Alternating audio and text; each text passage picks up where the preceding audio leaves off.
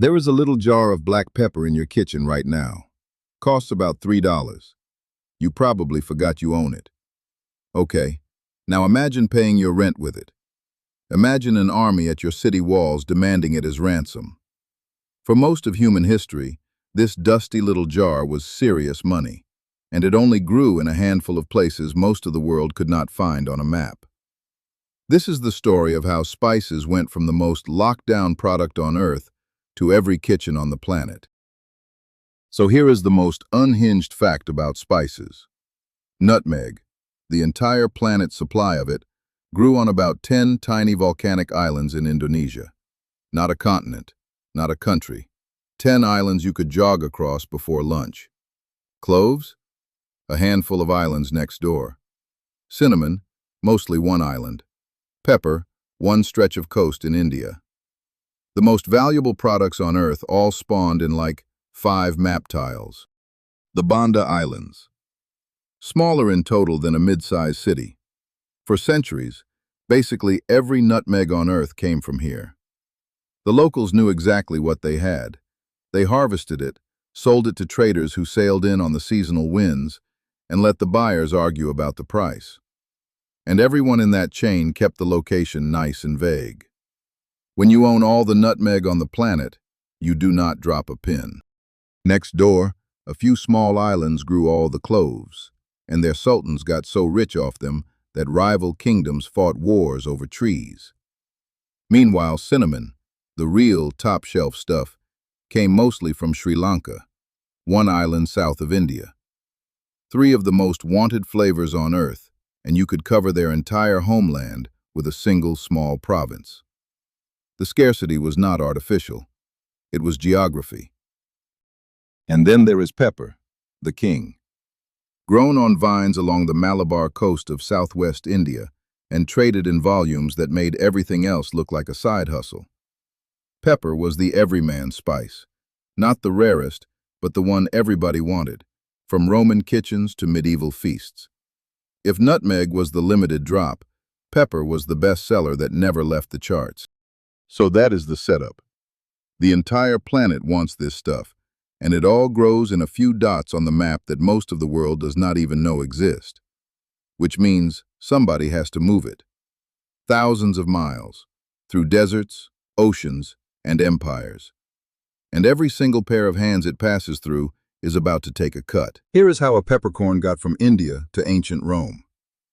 An Indian trader sails it across the Arabian Sea. An Arab merchant hauls it up the Red Sea or across the desert by camel. An Egyptian middleman moves it to the Mediterranean. A Greek or Roman shipper takes it the last leg. 4, 5, 6 handoffs, and every handoff the price goes up. It was history's most profitable relay race. The whole system ran on wind. The monsoon blows one direction for half the year, then flips and blows the other way. So sailors learned the rhythm. Ride it out loaded with silver. Ride it home loaded with pepper. Indian, Arab, Persian, Malay traders had this ocean networked centuries before Europe could even sketch it. It was a shipping schedule written into the weather, and it ran like clockwork. Now, the middlemen had one job besides shipping: keeping the source secret. And their method was elite. They told stories. Ancient Greek writers passed along, apparently with a straight face, that cinnamon sticks were collected by giant birds who built nests out of them on cliffs, and that spice groves were guarded by winged serpents. Total nonsense. Beautiful nonsense. It kept customers scared, prices high, and competitors pointed in the wrong direction for centuries. The first marketing department. And Rome? Rome was addicted. One Roman writer grumbled that the empire was bleeding tens of millions in silver every year to India, basically for dinner seasoning. And when the Goths surrounded Rome in the year 408, their ransom demand reportedly included gold, silver, silk, and 3,000 pounds of pepper. Your city is about to fall, and the invoice says pepper on it. That is market power. By the time a peppercorn reached the Mediterranean, it could cost many times what it sold for on the docks in India. Nobody in Europe knew where it grew. Nobody could sail there. The relay race just kept running, hand to hand, markup to markup, for about 1,000 years, until one city decided to own the finish line. Venice looked at this 1,000-year relay race and asked the only question Venice ever asks. What if we owned the last leg? They were not going to sail to India. Nobody in Europe could. Instead, they parked themselves at the finish line, cut deals with Egypt for first pick of everything coming up the Red Sea, and became the front door of the entire European spice market. The system was beautiful, if you were Venetian. Spices flowed into Alexandria in Egypt. Venetian galleys were waiting. They loaded up, sailed home, and from Venice the goods fanned out across Europe at whatever price Venice felt like charging. Other Italian cities got scraps. Everyone else got the bill. Venice built palaces on that margin. The city is basically pepper money standing in a lagoon. And in medieval Europe, pepper was not seasoning. It was money with flavor. People paid rents in it. Dowries included it. There is a legal term, peppercorn rent, that exists in English law to this day. Serving a heavily spiced feast was the medieval version of parking a supercar outside. The whole point was that everyone at the table knew exactly how much it cost. Which brings us to the markup. By the time pepper had cleared every middleman and landed on a European table, it could cost a stunning multiple of its price back in India, and cinnamon, nutmeg, and cloves were worse. Europe knew it was being fleeced. Europe just could not do anything about it. The map between them and the source was a wall of other people's monopolies. So every ambitious kingdom in Europe spent the 1400s staring at the map, thinking the same thing. There has to be another way to India.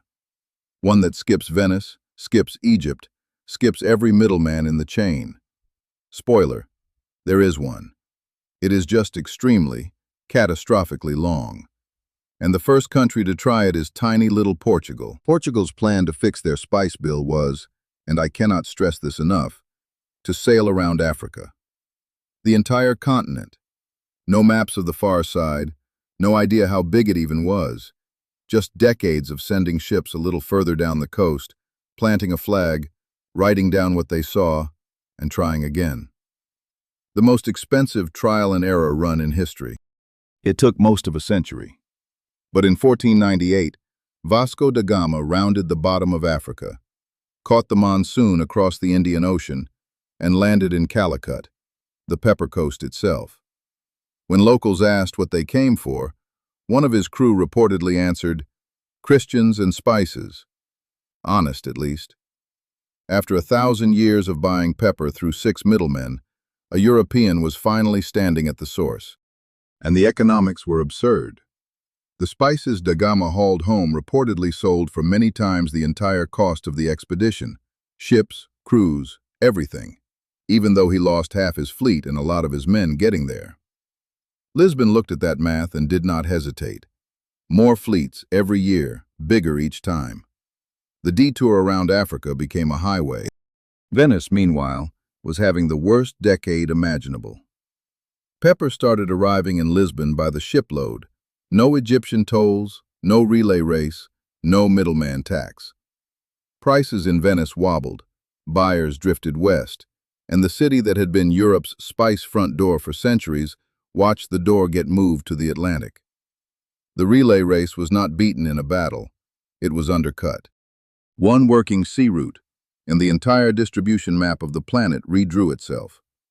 The Indian Ocean stopped being a closed club, and the Atlantic became the on-ramp to Asia.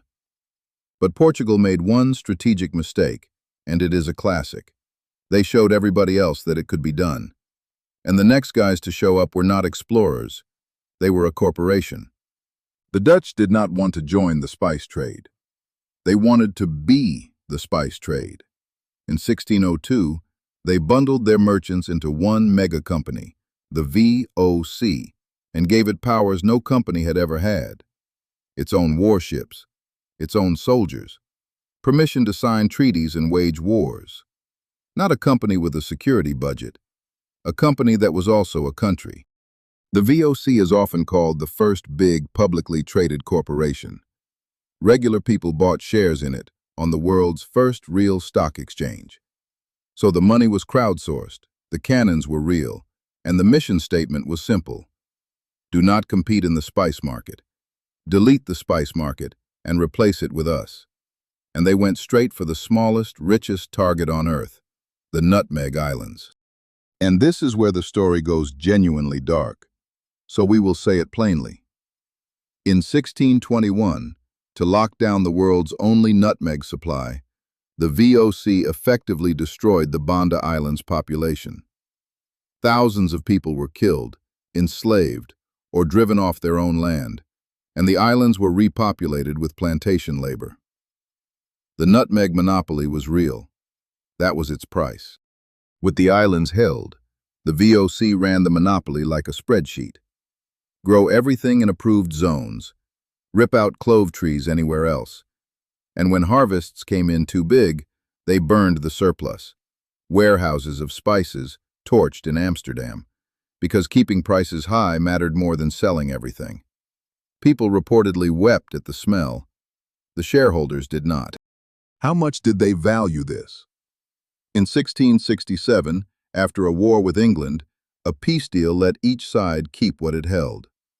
England kept a little Dutch town on an island called Manhattan.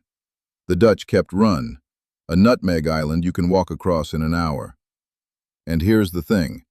For the next 100+ years, that trade looked completely genius. Nutmeg printed money. Manhattan was a fur depot.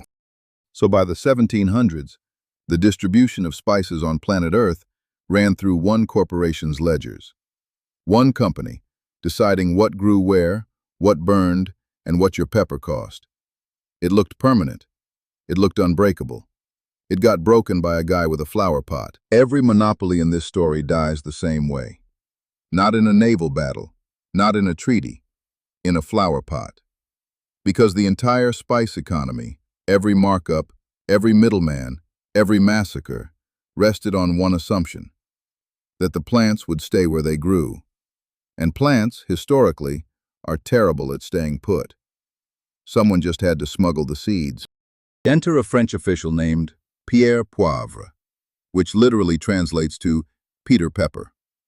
I am not making that up. That is his government name. In the 1700s, he ran repeated missions to sneak nutmeg and clove seedlings out from under the Dutch monopoly, and eventually got living plants growing on French islands in the Indian Ocean. The unbreakable monopoly had exactly one weakness: seeds travel. Then the British finished the job. During the Napoleonic Wars, they briefly took the Nutmeg Islands themselves and shipped seedlings out to their own colonies. Nutmeg went to Grenada in the Caribbean, which today has a nutmeg on its national flag. Cloves took root on Zanzibar, off East Africa, which went on to outproduce the original islands entirely. The secret map of spawn points was now just a map. And pepper, the spice that started all of this, went everywhere. Vines spread across Southeast Asia, and today the world's biggest pepper exporter is not even India, it is Vietnam, a country that was never part of the old monopoly at all. Cinnamon, vanilla, chili, ginger, same story worldwide. The spice map stopped being 5 dots. It became a belt around the entire planet. So the prices did the only thing they could do. They collapsed. The spice that ransomed Rome, built Venice, bankrolled the world's first megacorp, and got traded for Manhattan became groceries. And that is the actual answer to how spices got distributed to the world. First the goods moved, hand to hand at a markup. Then the roots moved. Then the plants themselves moved. And once the plants moved, no one could own them ever again. Check your cupboard. That is a sultan's ransom, next to the instant noodles. So let us recap the greatest distribution story ever run. The plant spawned in 5 map tiles. The middlemen ran a relay race on the monsoon and invented marketing lies to protect it. Venice taxed the finish line. Portugal drove around an entire continent to skip the queue.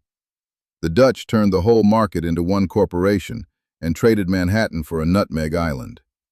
And then one man with a flower pot, an actual guy named Peter Pepper, broke the whole thing open. So here is the vote. Best play in the spice game: Venice, Portugal, the VOC, or the flowerpot heist. Comments below, and subscribe to Ancient Replay. History you will actually remember.